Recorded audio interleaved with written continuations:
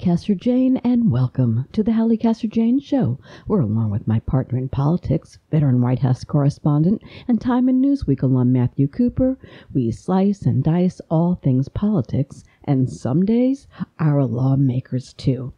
Before we get started, the Hallie Caster Jane Show podcast is always available at HallieCasterJane.com and wherever you most like to listen to your podcasts. And be sure to follow us on Twitter at Hallie Show Quotes. Now, this week on the Hallie Caster Jane Show podcast with Matthew Cooper, you win some and you lose some. And that's what happened in the off-year election, the Democrats losing the Virginia governorship, but holding on to New Jersey. But that's just where we begin our conversation, why it might actually finally be Infrastructure Week. There's a lot to get to, so let's get to it. It's Hallie and Matt time. Here we go. Good morning, Matthew. Good morning, Hallie. How are you? By the way, it's raining down here. I think we have a tropical storm. I'm not sure what's going on, but it's a lot of water coming down out of the sky. And it's very gray. And it's kind of my mood today, because some things happened this week that just, I don't know, politics. Yeah, well, a lot to talk about. Some good news. We'll start with good news. 531,000 new jobs, 4.6 unemployment. That's good news. They could have used that news before today, like Monday, right? But no, that's true. The Republicans are going all out on this thing, and I want to talk about this first because I want to put it in the context of everything that's going on here. Because the Republicans ran with it and said, you know why the numbers were so good? Because the unemployment benefits ended. And so everybody had no choice, just like we said, they had to go back to work. But I did some digging around. First of all, that happened a few weeks ago, or if not more. But the real truth of the matter is that the numbers reflect the retreatment, is that the word, of COVID. Right. So I want to talk about it in that context because they get right on the cell, Matt, and the Dems just let them run with the cell. Aren't you annoyed? Cell as messaging. I mean, they're just the best at messaging. So how do you feel about that? Talk to me. Well, this just happened, right? Well, this just happened this morning, but it was last week. The numbers were bad. If you look at it's been on the upswing. It's not like it's like, oh my God, something new. Right. Well, I haven't seen today's, but yes, we talk about this a lot, and I agree. The Republicans are often better at spinning stuff. But it's not just a simple statement now, because I think we really need to dive into this on just how really big a problem this is proving to be for the Democrats. And if they don't change it, nothing's going to change. Let me go back. First of all, I just want to say one thing. There's good news in that 531,000 new jobs, but there's bad news in it too. And I'll tell you where the bad news is on it. And that's the fact that the jobs are going to big business, large corporations, and poor mom with, by the way, and much higher salaries. And to that end, mom and pop businesses are in trouble if somebody doesn't fix this mess. Just thought I'd throw that out there. You got anything on that? Yes. Yeah. I hear you. Well, it's an issue. More antitrust. Yeah. I don't know. More anti-monopolism. We gonna get that? What? More antitrust? Mm-hmm. Yeah, I think so. I mean, this week the Justice Department filed to block the merger of Simon & Schuster with Bertelsmann. So that's, was going to be the biggest merger in book publishing, and big deal. And they stepped in and said, it violates the antitrust law, and they're going to go ahead and, block it and go to court. So I'm thrilled about that, by the way. Yeah. Yeah. So I think the Biden appointees at the Federal Trade Commission and at the Department of Justice are pretty aggressive on this front. So, that is one way to help, boost entrepreneurs and smaller businesses. So they better move fast, because they only got a year. And because that election the other day was so interesting to me, and my take on this is going to maybe surprise you, but I'll let you go first. Your take on Youngkin winning and Murphy just eking it out. Well, just to follow up on the antitrust, they don't have just a year; they get all 4 because it's executive decisions with who you sue and what the regulatory agencies do. So they're not dependent on Congress at all for that. No, my point being that they needed to make some big moves before the election. That was my, I see. Yeah. That's well, my point. That's true. Okay, Youngkin. My take on Youngkin? That's what you were asking? That's my question. Well, there are 2 ways to look at it, right? One way is, hey, the party of power always lose the Virginia governorship. I mean, one exception, but always loses it. And they lose New Jersey. And this was Rachel Maddow the other night saying, like, hey, what's the big deal? It's what usually happens. And if anything, usually, the out of power party loses Jersey too. So what's the big deal? That's one view. That's not my view. My view is it's more serious because if you put it in context, you saw a pretty wide defection of suburban voters who had been with the Democrats moving away, not just in New Jersey and Virginia, but we saw it in the San Antonio district. We saw it on Long Island. We saw it elsewhere. So I think it's not a good trend. I think the fact that education has gone from a winning issue for Democrats to an Achilles heel is not good. I think it was a bad sign for Democrats. I mean, look, a lot of it is very local. McAuliffe hadn't made his stupid gaffe about parents shouldn't be involved in education. He might have pulled it out, but on the other hand, the reason that line had so much resonance is because people are getting distrustful of the schools, for all the woke stuff, but also over the masks and other things. And, maybe having spent the year at home with their kids and actually seeing what they're learning may not have endeared parents. But in any event, I think it was a very bad night. Okay, very bad. That's your quote. Yes, I say very bad. I'm with very bad. Yeah. Okay. So I disagree. Okay. And I'm with Rachel. I didn't know she said it because I haven't been watching her. But I think that you have to look at it in this respect, which is, again, I think all but once in Virginia, right. This is it switches. And it didn't switch by that much.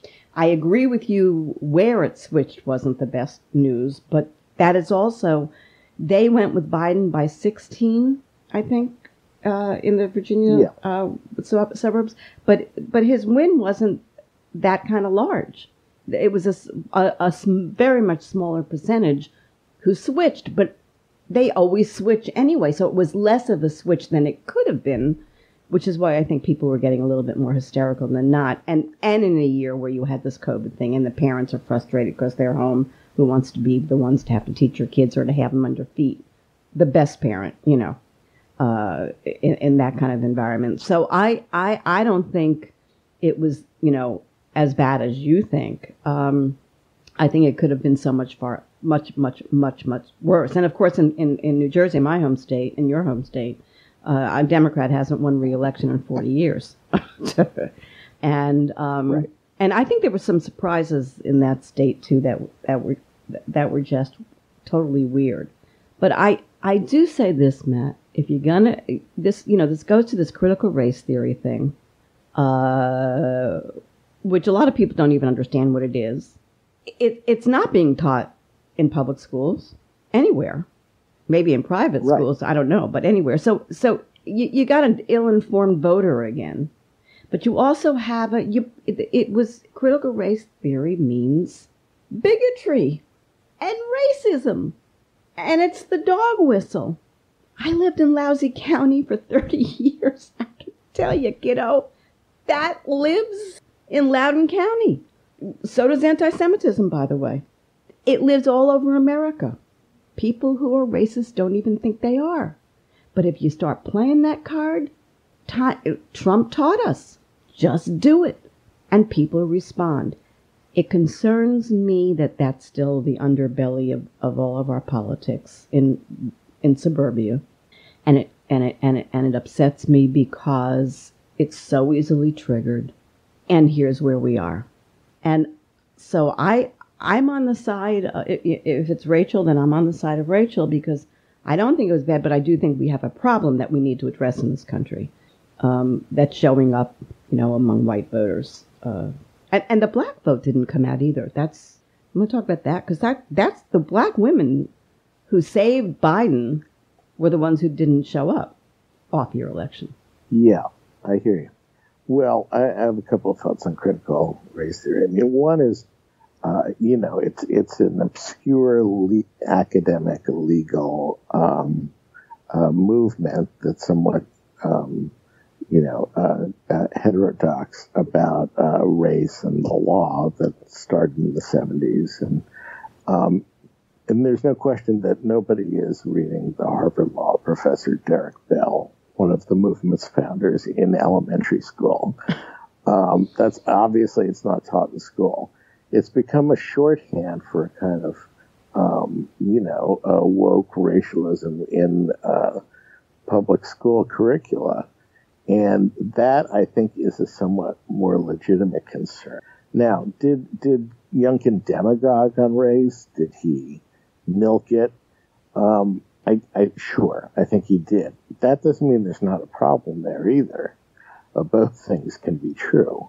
And I think, Democrats want to get in front of this instead of just saying, well, they don't teach critical race theory, or you're a racist. The fact is, you had a lot of Biden-Obama voters vote for Youngkin, or at least enough to make a difference. And so I think the Dems need to get out in front on this. And look, the good news is the Democratic Party's not woke. I mean, they picked Joe Biden over all the other. They had every variety of woke in 2020. They didn't pick him. In New York City, they had every variety of woke. They didn't pick woke for the mayor. In Minneapolis, they didn't go with woke on the police in this election. So I think the Democratic Party is not super woke, but there's enough wokeness out there to make life really hard for the Democrats. So I think they do need to get out in front on this. Well, here's where I agree with you.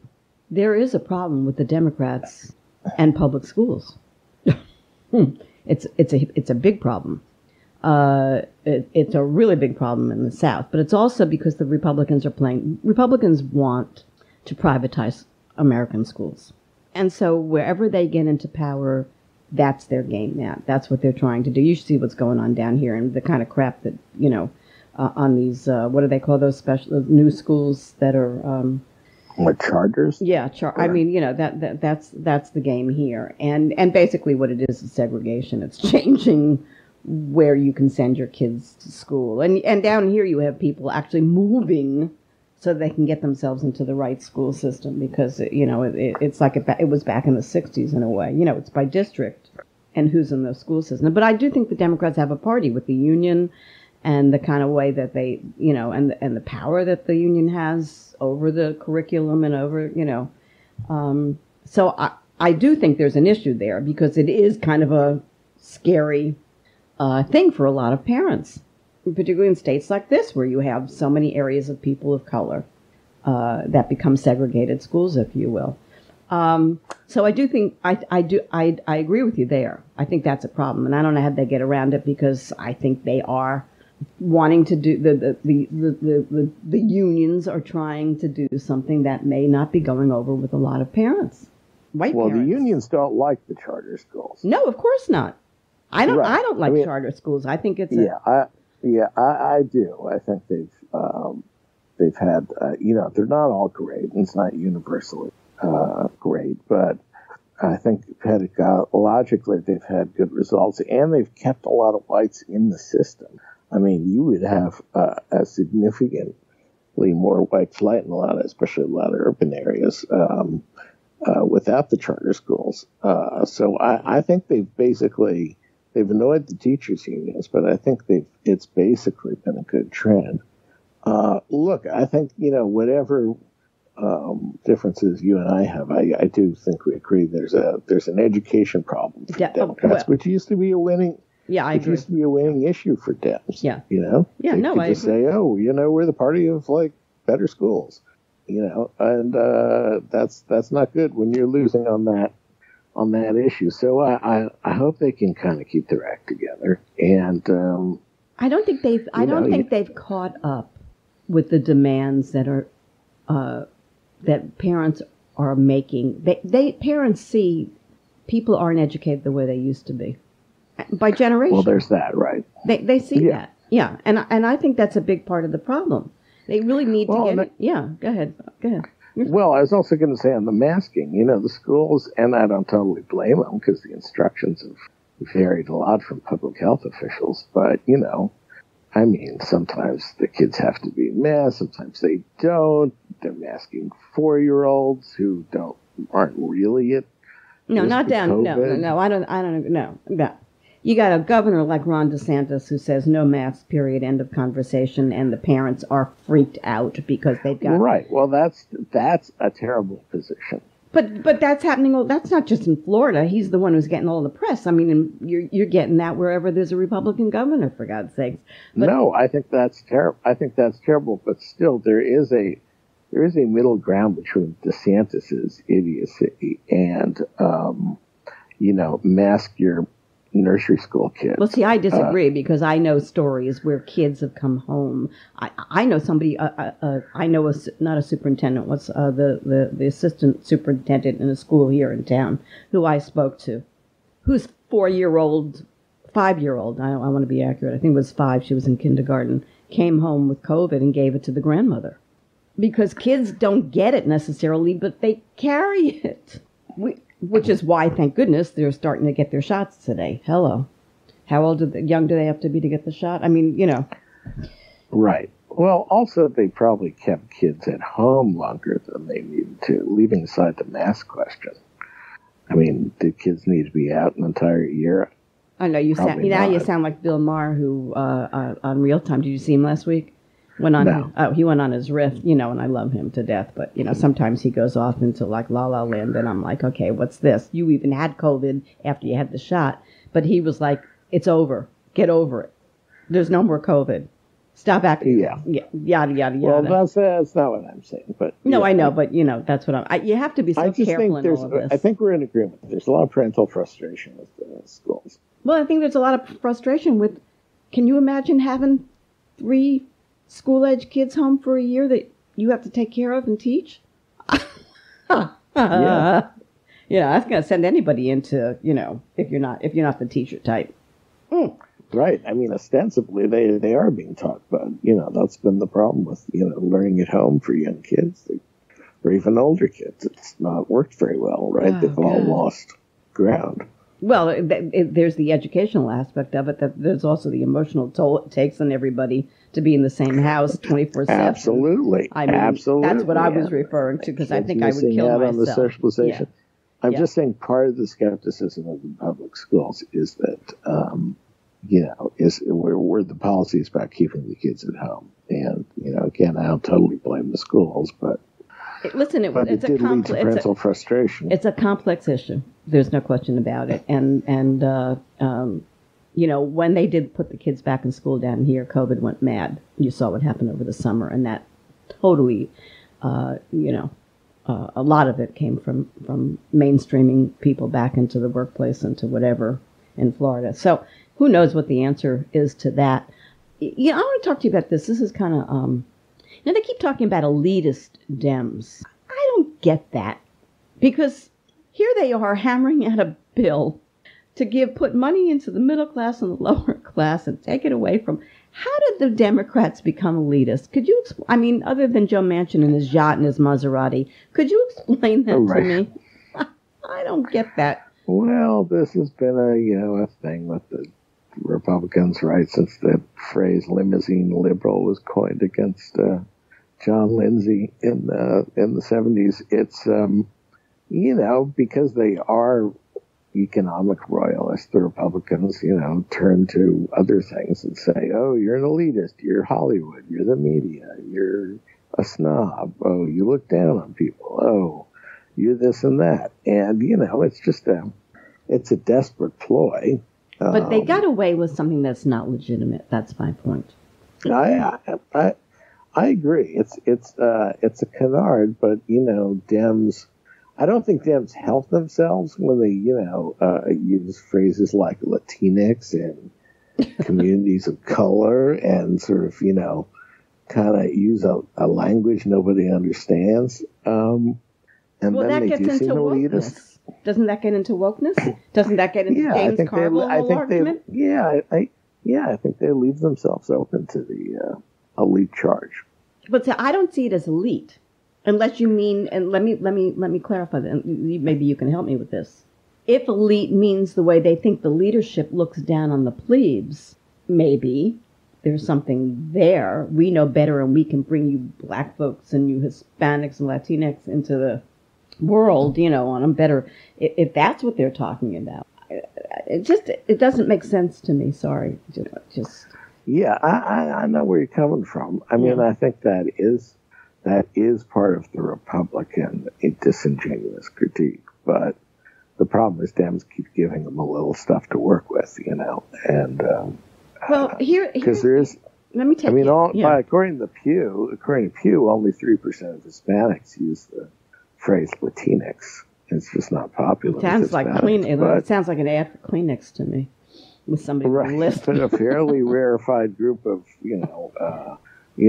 white scholars and odd feminist scholars sort of came up with this, and it's not been particularly embraced by Hispanics themselves. So you could call that elitist, and that adds some credence to the Republican charge. But I agree, the Republican charge is mostly just bullshit. Exactly. And since you brought it up, let's talk about Latino, because the Democratic Party is losing the Latino vote.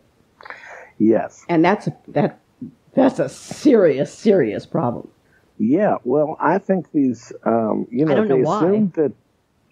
I think they assumed that, Hispanics would love their kind of, more open border policy, and that they would, love the kind of, amnesty for, illegal immigrants, and, that Hispanics would love the dropping the phrase illegal immigrants for undocumented persons. But the fact is that, not all Hispanics are the same, and those who have been here a while or came through other processes are not, any of them much different than other Americans. And I think also these law enforcement issues have not played well with Hispanic voters.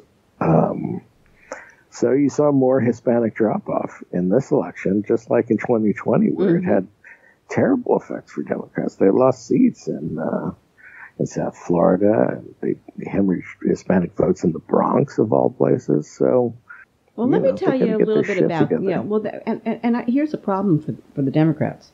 These Hispanics who may have left fascist countries, or dictatorships, left it because they didn't like the effect of it on them. But they're the same people who lived in it and in some ways embrace it also. It's a very complex thing.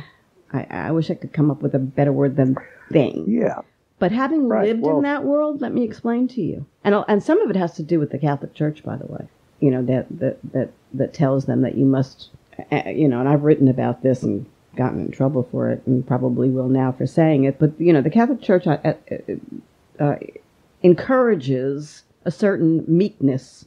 It's a paternal hierarchy, if you will, and that's embedded in the Latin culture, whether they come to this country or they don't. It's within the familial organization of the whole thing too. So there is some of that at play, and it seems the more the Republican Party leans to the right, the more they go over there. It's an instinct. It's an instinct, and I'm sure that somebody could do some study and come up with what's behind that. And the Dems keep thinking, well, we just keep giving them, a safe place to stay, and they and whatever that's gonna fix it, or compel them to be part of our party. I'm telling you that there's something about coming out of these cultures, that they have a sort of thing towards, control by the government. Just saying. Yeah. Well, I mean, they do still, vote significantly for Democrats, but I you hear what I'm saying? Yeah, it's a danger. Yeah, it's something to look at and to consider. Yeah, whatever the cause is, the last couple of years has not been good for Democrats. Something about this election I want to get to. Oh, unless you're finished. You finished? No, the only thing I'd add is just the Democrats are banking a lot on states becoming more Hispanic and thus more amenable to Democrats and it's not necessarily across the board. And I wouldn't bank on it. Yeah. And there's nothing worse than catching your problem when it already has become a problem. Right. You better do that before. So heads up, right. Democrats. There's still time to turn that tide. Trump lost this midterm, whatever you call this off-year election, not the GOP. And I think that's something the Democrats, are they woke to it?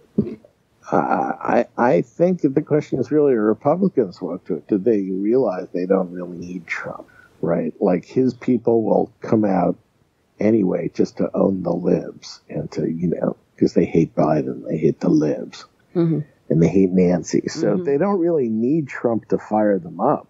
I think the thing you don't want if you're a Republican is Trump pissing on you. That is a problem. But in general, yeah, I think Youngkin shows you don't need Trump. You just need to keep Trump out of it. Well, yeah, and that gets into the media here because I think the media really totally ticked me off, even on the coverage after the election because I don't, they saw the glass completely empty. And spun it that way. Phil Murphy won, period. But right. But the way that they gamed this thing, Trump kept his mouth shut. That was something. Can you imagine how they managed to keep his mouth shut? It's like tape. But the other part of that is, but if you went on Fox or any of the Newsmax or any of the right wing whatever. They were doing the dog whistling and the crazy for Youngkin, and that he wouldn't do publicly because he didn't want to offend. He had to be careful how he played it to get those white voters. So that's a dangerous situation, and there are more of them than there are Democratic, media outlets that garner the kind of numbers that you can pull off if you play a game differently on TV than you do. Or in the print media or whatever. So I think that's another problem. It's always been a problem. But this time it was played to the max by Youngkin. That was he kept his mouth shut and he got the crazies on Fox and wherever else to do his bidding for him. So if you're I have, my head is into the election but not a whole lot, you didn't know that. That wasn't something that was on your head. So I just wanted to bring that up because I think that's another issue here. Going forward, the Democrats better figure out an answer to. And what their response is to the fact that Trump lost but the GOP didn't lose there. Yeah. Well, Yeah. I think we'll agree. Avoid the woke stuff. That's a good first thing. Well, I don't know if they can do that. I don't know if it's in their character. Well, I think this police thing they can. I mean, Jesus, that was stupid from the get-go. Yeah, that was that. The problem is, it's like it's infected the party, even if no one is actually running. Yeah, well, it gave a talking point to the Republicans, and like I said, they have the outlets. Yeah, and they've got the outlets, but the counter is what the Democrats don't do. Forget letting it happen, because I told you, you better catch it before it becomes an issue, not after. But not even catching it is just a nightmare. But once it's out there, they don't know how to counter. They just don't. Yeah, well, I hear you. I know. We're on the same page there. Build Back Better, infrastructure. Okay, so they're voting today in the House. Matthew, why couldn't they have done this last week or the week before? I don't know. We're back to the future here. We had this whole thing from the progressives about you after you, Alphonse. I mean, it was that they wanted the Senate to totally agree with the thing, and they weren't going to let the infrastructure get voted on until Manchin and all the senators agreed to this social spending package that they want so bad. And finally, after 2 aborted attempts at a vote, and Manchin not budging, they are delinking these votes, and they're both going to happen today. And the House is going to approve the bipartisan infrastructure. And since it's already passed the Senate, that's done. So we'll have. He'll be signing that tonight or tomorrow, and that'll be a big deal. Wherever he can get a big splash on that, and then they're going to kick this thing over to the Senate. They wanted to avoid 2 votes on it because whatever the Senate does with it, it's now going to have to get kicked back to the House again. So I don't know. I don't think the progressives. I think they flex some muscle, but in the end, it was kind of for naught. The problem is trying to hold something hostage that you're for. When they like the libs don't love it, but they're all going to vote for the Build Back Better bill. So you're trying to hold something you like hostage to fix something else. It was never a great strategy. No, and so here we are, and it cost them possibly that Virginia seat, a governorship. Plausible. I mean, you could definitely put that in the mix of the reasons why. I mean, it would have been better if Terry McAuliffe was running around going to, bridges and potholes and saying, like, we're getting ready to fill these. Right. And believe you me, in a state like West Virginia, which has got the worst roads in the country, I can tell you, yeah, they should have done that. But they didn't do it, and so here we are, typical whatever. Also, I do think wins beget wins. They sort of... Yes, I agree. They just change your frame of mind. They kind of get everybody lubed up. And, well, let's see what happens this time. So I want to talk... Joe Manchin, after the thing, said, see, the people back home wouldn't be worrying about inflation and rising costs, right? He says they are. They are. That's what they're worried about. I couldn't even believe that nobody responded to that with the most obvious response that there was, which was, and I did. The people back home wouldn't be worrying about inflation and rising costs if they didn't have huge child care costs and health care costs and all of the stuff that's in this bill that you do not want to pass. Oh my God. Oh my God. This man really is horrendous. Just owned. Just completely and totally owned. A friend of mine, fairly well-known lawyer type who shows up on MSNBC all the time, had posted a picture with Robert Byrd and Joe Manchin. He was being funny, and it was cute, and it was adorable. And he said, 2 birds of a feather stick together. But I'm here to tell you that I knew Senator Byrd. He was my mentor. I've said it before on the show. And he was one of my dear friends. And let me explain to you that whether he was right or he was wrong, and he certainly clung to coal too long, and we fought about that, he and I, constantly. The reality of it is, Matt, he cared about West Virginians and West Virginia. Joe Manchin doesn't. I am convinced. I'm putting that out there. This is an ugly man, and he needs to go. He doesn't need to be in politics anymore. And I don't care if the I don't care. I don't get Marsha Blackburn. I don't. You keep saying that to me. I don't care. But he is everything that is wrong with politics today. Everything. It's really a disgrace. And then you have Sinema doing the same thing, who 90% of her money is coming from the DeVos family. Betsy DeVos, education secretary, the owners, wealthiest Republicans there are, biggest contributors too. It's got to stop. This just frosts me. And Joe Manchin can't win, Matt. I keep telling you, in a Republican primary, I don't care what he does. So they have that leverage on him. And somebody ought to be beating the crap out of him on some level, or leaking some crap on him that's going to really make his life a little crazy and bring him around. You can't have a situation where you live in fear of somebody, because you get the same outcome anyway. He's not going to vote for this package. He's not going to do it. So you don't think it passes? I don't. I think he's going to Yeah. hold it hostage. I mean, it may eventually, but not for a long, long time. I thought it would. And then I started to see what he was carrying on the last week and a half, and I just went, nope, nope. They haven't given him whatever it is that's going to pull him over the, and if they haven't given it to him now, and Biden hasn't got to deal with him, and that's why I think Nancy washed her hands of it, said, let's just vote. Besides, Priapol and whatever. I actually think that they know that what's going to happen when it gets to the Senate. So at least they'll get the infrastructure bill through. Right. And there'll be a lot of, Manchin dicking around and playing his power games and doing all the crap that he's doing. You could be totally right. And here's another thing they could do, though. Here's what they could do. I was thinking about this last night. They could use that time, however, if they had the right person or group to help them message this between they get the infrastructure bill, now it goes to the Senate, and they're off next week, so it doesn't even come up. And they should start saying, here's what's in this package, folks, which they have unsuccessfully done thus far, and you need to get behind this because this is going to help you. This is when messaging is really going to count.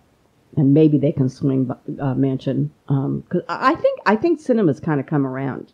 She caved on her big issue. So you're right. Yeah. So Manchin is the one. He's sitting on the throne. And I think if Democrats ever wanted to push somebody to having to do something they don't want to do, this is the time to do it. And they have the grounds to do it. Because if he isn't going to do it, then they don't need him anyway. Because he ain't going to do it. Well, then they need him for control of the Senate, even if he's not going to do it. I mean, there's other reasons you want him there. Well, wait. If he's not standing with the Democrats, they don't have his vote anyway. Well, even if he never voted with the Democrats, he keeps them in control of the Senate if he's gone. Well, he says so, and it becomes an independent? Well, if he's an independent caucuses with the Dems, then it's different. Well, that's as far as he's going to go, because he can't become a Republican and get reelected. I'm telling you. I know, I agree with that. Well, okay, we'll see what happens with this guy. But I think you may be right. I think he may not ever vote for it. Yeah, that's what I'm thinking. Or put it off so long it doesn't matter. It's there is a movement, and it's coming out of the media, which I think is an interesting play here, and that is both the Democrats and the Republicans have these, the right wing of the one party and the left wing of the other party are, making everybody's life hell. Agreed? Agreed. Are we agreed? I think so. Okay. Based on that, rather than everybody being an individual, now they're talking possibly voting blocks. Piece. Right. Didn't you not love that? I don't know if it's possible.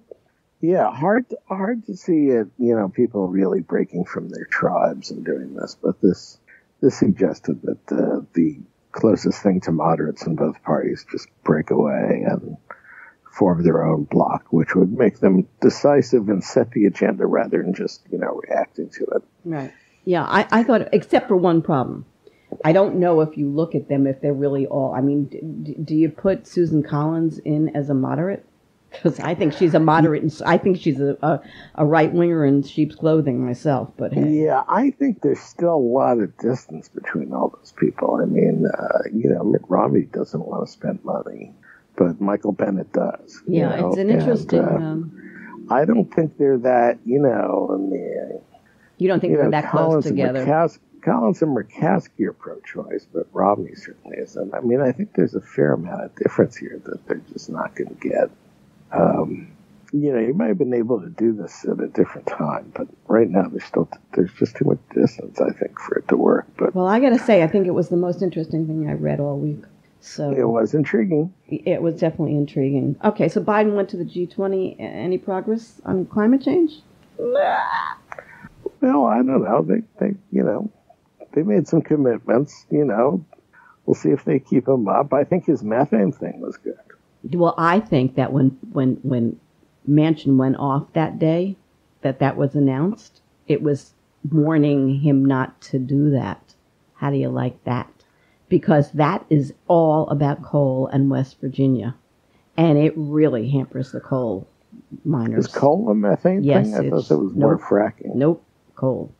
And fracking, but coal. Coal also puts out a whole lot of methane gas. And I did not understand why he appeared on stage and he was just foaming at the bit, for God's sakes, that day. So I was like, where'd that come from? And then I realized where it came from, because I think that may have been, that's part of the fights between he and the Democrats. You know, and they don't want any, he doesn't want any climate change in that bill, for starters. And there was Joe, you know, talking to the world, or we're gonna, you know, bring in control methane gas. Hello. So I think that was missed by a lot of people who cover Joe Manchin, as to what. Interesting, smart take. I like it. Yeah. Okay. I like it. All right. So and here's another one. I love Prince Charles. Did I ever tell you I have a crush on Bill? Interesting. You don't hear that a lot. I just post Diana. I love the way he puts his hand in his pocket all the time when he talks. He's got that perfect English accent. I mean, he's got the upper crust one, that, you know, or whatever. And you could knock off Camilla, you know. I just think he's kind of like, you know, intellectually sexy. So, be that as it may, I'm sure all of you listeners wanted to hear that from me. Okay, interesting. He also is on the forefront of climate change and environmentalism, and he is Al Gore of the UK and of the world right now. And he becomes king, he has a huge chance to really move the conversation in the direction he's quietly been trying to move it for years and years and years. But he gets the same respect as Al Gore gets. None. Yeah. So there's my take on the prince. And sadly, I'm worried, because I do think that the queen is in bad shape. And well, you know, yeah, she is 95. Sometime. I know, but you know, it's just too sad. Okay. You'd love to see her make 100. I would. And well, she's about to get to the 70th anniversary, I think, this summer. So I'd like to see her hold on to that. The longest serving. A little tiny thing. January 6th. Oh my God. This is another mess. Here we are, Matt, 1 year later. 1 year almost to the day Biden is elected, and not one person, not one, has been brought against any charge has been brought against any of these Trumpers, be it Flynn, be it Bannon, be it. Right. You're talking about the upper level Trump people, not the insurrectionists. Right. So. I mean, the insurrectionists, all they got were they were. But not the ones who walked in the Capitol. But oh my God, how can that be? How can that be? And now Matt Schlaff and his wife are putting up money so that any of these people are going to be compelled to testify will have their illegal fees taken care of. I mean, the cover-up is almost as bad as the crime. But how could that be a year later?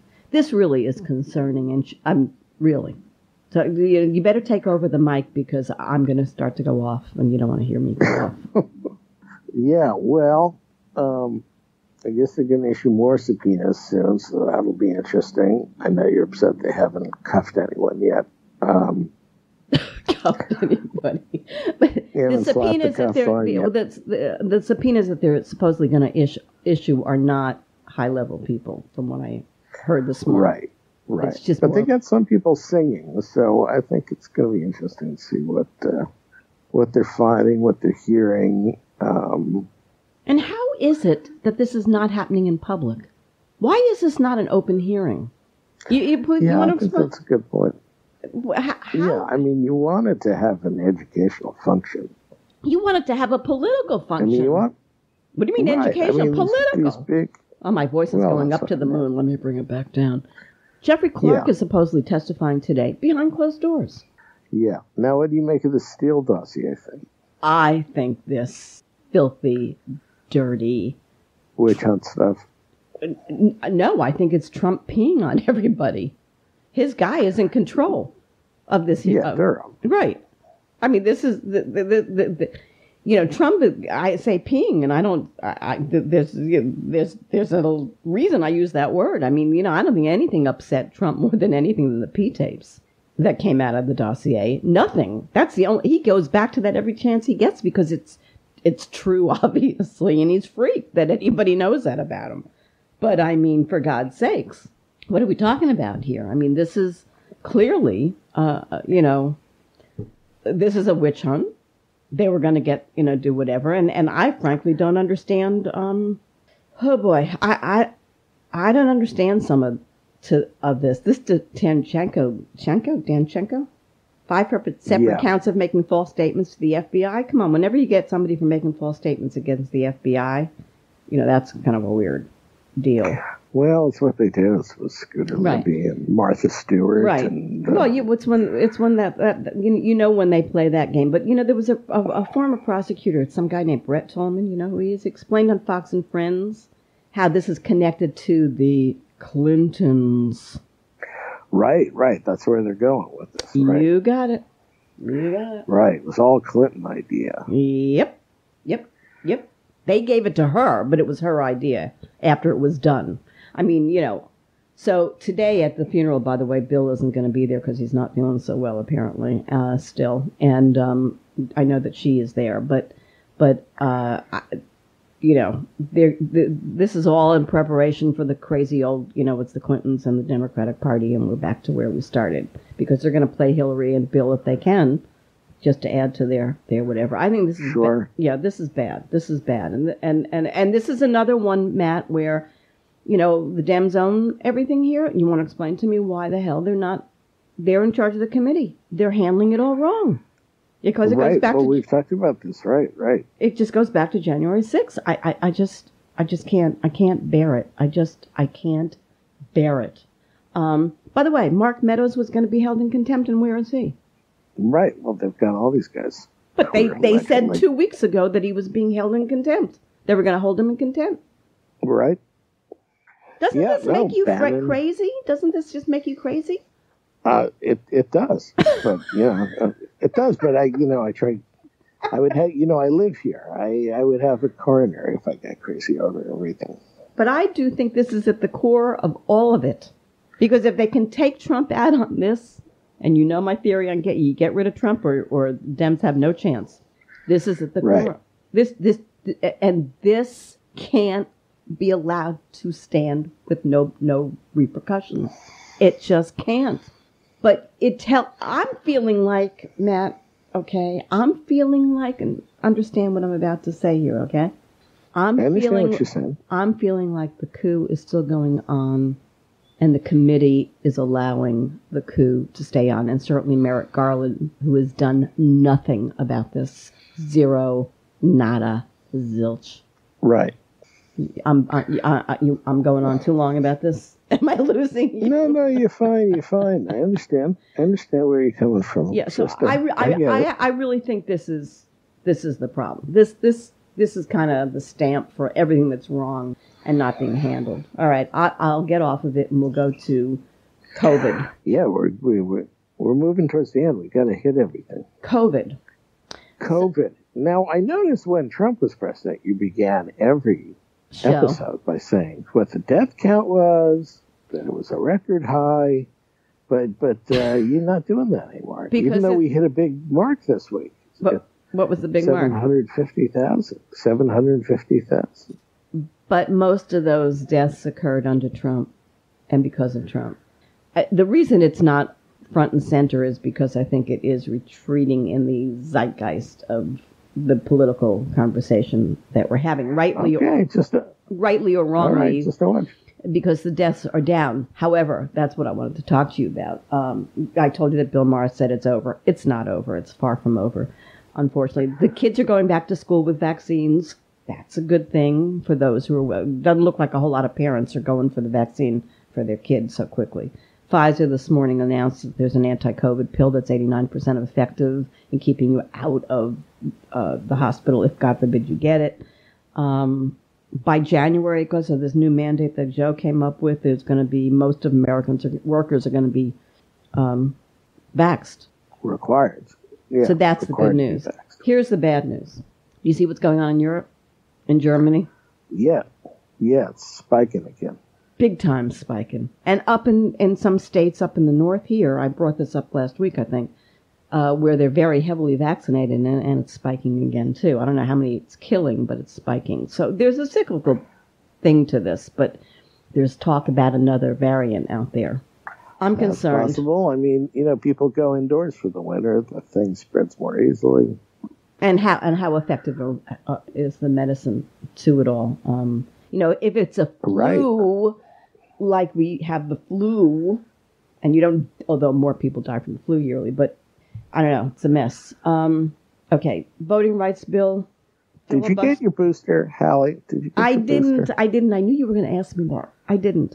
Because I tried to call to make an appointment. I know you've had a hard time with the shots. I know. It sounds like you should get it. I'm going to get it on Monday. This coming Monday. I'm going to do it. Okay. You should. We're going to have a vax mandate here to make you get it. I'm just, because I had such bad reactions to it, I'm just scared to take it. We've got to get you truthers off the fence. I'm just being silly about it. But okay. No, it sucks. No, it does. You didn't have a reaction, you told me. So, but you're a big guy. I'm a little girl. The second shot, the first I was fine. The second I was really pretty knocked out for some reason, and then the booster was fine. Yeah. So I'm gonna do it. I promise. But, okay. So they're after Trump again in New York City, and they convened a new. Yep. Right. Another grand jury. Okay. How you feeling about that? Well, I mean, obviously DA thinks they're onto something, so, we'll see. I'm sure there's stuff there to work with. It's Trump, right? Oh, my God. It takes forever, though. It's just taking too long. I wanted to go back. I started to say about the voting rights bill, which, Republicans, all but one, I think, voted against again. They're going to have to do something about this on with the filibuster. I'm sorry. They can't let this not be. This is core. I'm just saying. Okay, I'm just saying. Yeah, well, Manchin could throw liberals a bone. He is a former Secretary of State. He was pretty good on voting stuff when he was. They need to do something with this. This can't stay the way that it is. Greg Abbott leads Beto O'Rourke by 9 percentage points in a hypothetical matchup for governor. I don't think Beto, after the positions he took in the presidential about gun bans and opening the border, I just don't think he's plausible victor anymore. What's his name? Matthew McConaughey? No. Matt, political Matt, Republican, who's running for attorney general or lieutenant governor in Texas. What's his name? Matt Dowd. Oh, Matt he's Dowd, a friend of mine. Why didn't he run for governor? He could have won.